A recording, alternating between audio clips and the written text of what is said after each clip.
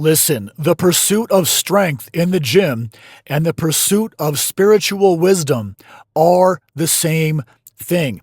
Strength training and spirituality are parallel disciplines. If you want to transform in one of these areas, you will inevitably face transformation in the other, which means it is going to be uncomfortable. It is going to hurt. As a personal trainer, I see this every day with my clients in the gym. Resistance is the mechanism of transformation.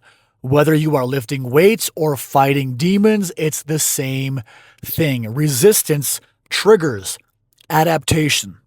So when I work with people, yes, they get stronger. Yes, we're eliminating chronic pain and chronic fatigue and eradicating self-doubt and increasing confidence and all those physical benefits that come from consistency with a program in the gym. But we're also purifying hearts, minds, and souls together as a team. People are lifting weight existentially.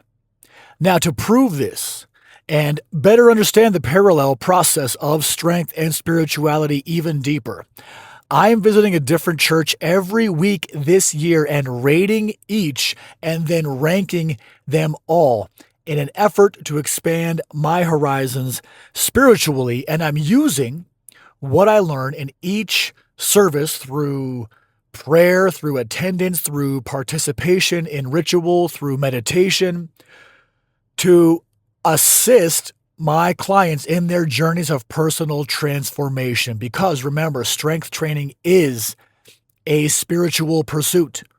When you transform the body, you also transform the heart, mind, and soul. And personally, it's been incredible to see this click for people and witness miracles, literal miracles of personal growth happen over and over again. Now, for this week, week 31, August 2nd, I went to a Gnostic Mass performed by the EGC, Ecclesia Gnostica Catholica, at Crohn's Hollow in Salt Lake City. The EGC is a branch of the Ordo Templi Orientis, the OTO. The OTO follows a book called the Book of the Law. The Book of the Law follows a single supreme rule: do what thou wilt. Their creed is this: do what thou wilt shall be the whole of the law. Love is the law. Love under will. Pretty simple, pretty profound. That's it. Here's how I'll rate the experience. Number one, meaning and message. 10 out of 10. Before the service even started, the priest debriefed everyone outside on what to expect. And they handed out these booklets that had all the prayers, the full creed, and a little about the history of the organization. So they lay it all out, and it's very clear. That's a 10. Second category, ritual and the experience flow, also a 10 out of 10. This thing was wild. The actual ritual ceremony was about an hour or so long. They had like 2 rows of chairs on the edges of the room with an altar in the middle, and then like a curtained closet on either side in between all the chairs. The whole thing is dark too, by the way. They have curtains covering all the windows and just like candles lit everywhere. It's spooky. So then the priest comes in, reads some verses from a book at the altar in the middle of the room. Then this priestess, goddess-like figure dressed in robes walks into the room. She recites some lines. They say some lines to each other.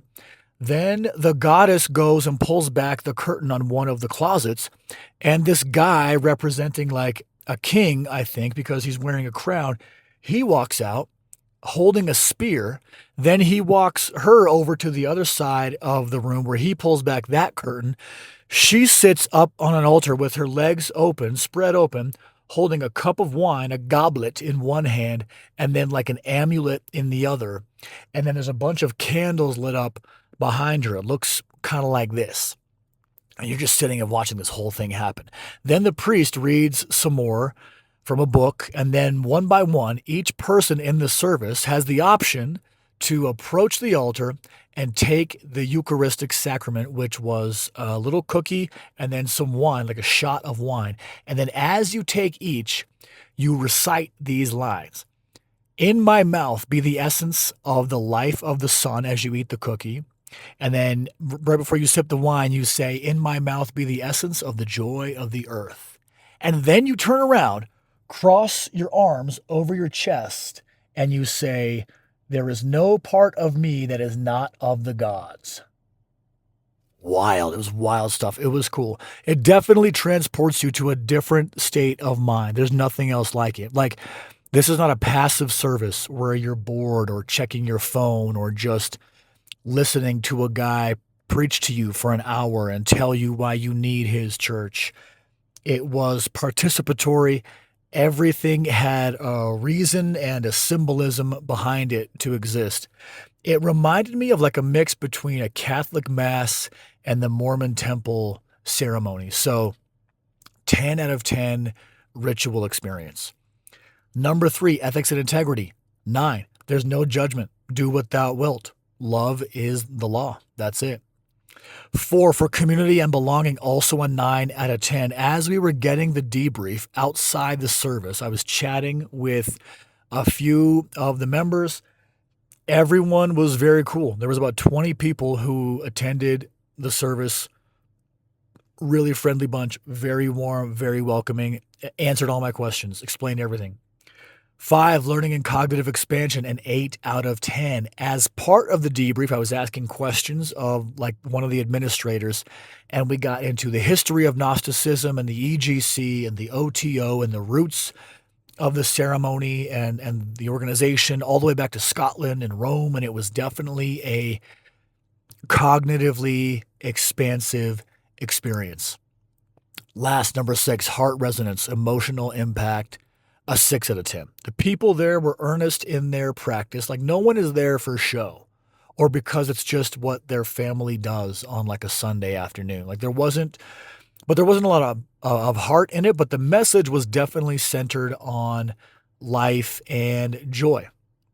From the booklet we got, it reads, I'll quote here, the Mass is recognition of every person's inherent sacredness and so glorifies the identification of the self with the divine. The ritual illustrates a process by which anyone may come to their own direct knowledge, gnosis, of the divine. A beautifully simple theology.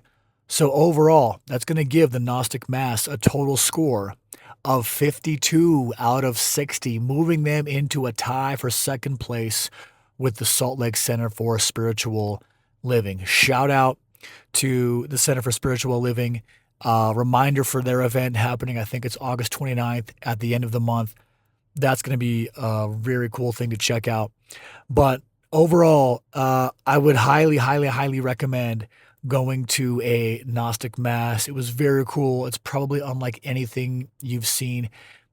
Anything in the top 3 were all great experiences. A lot of great experiences overall, but this one definitely, according to those 6 metrics, ranked very high. Thank you for watching. I'll be back next week with something completely different.